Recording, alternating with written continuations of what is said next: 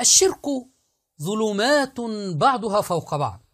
كثيرا ما كنا نحذر عوام الشيعة من عبادة آل بيت رسول الله صلى الله عليه وسلم واتخاذهم أربابا من دون الله تبارك وتعالى، فكانوا يستشفون بالحسين رضي الله عنه وبفاطمة وبعلي وبالآئمة عندهم، حتى تطور بهم الشرك وأصبح ظلمات بعضها فوق بعض، حتى خرج علينا السلقلقي ياسر الخبيث طالبا من عوام الشيعة أن يذهبوا إلى القبر المنسوب للمرزا القم عندهم في قم، هذا الرجل المجوسي الفارسي الطاعن في كتاب الله تبارك وتعالى الساب لزوجات النبي صلى الله عليه وسلم، طالبا منهم السلقلقي ياسر الخبيث أن يذهبوا لهذا القبر ولهذا الضريح ويطلبوا منه من دون الله تبارك وتعالى.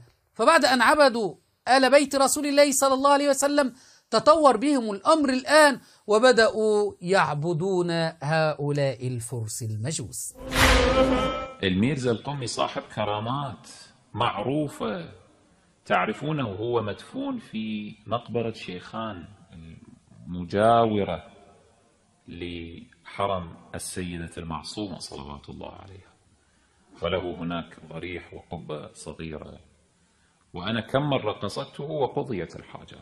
حقيقة رجل جليل وعظيم القدر. يتدرجون في الشرك.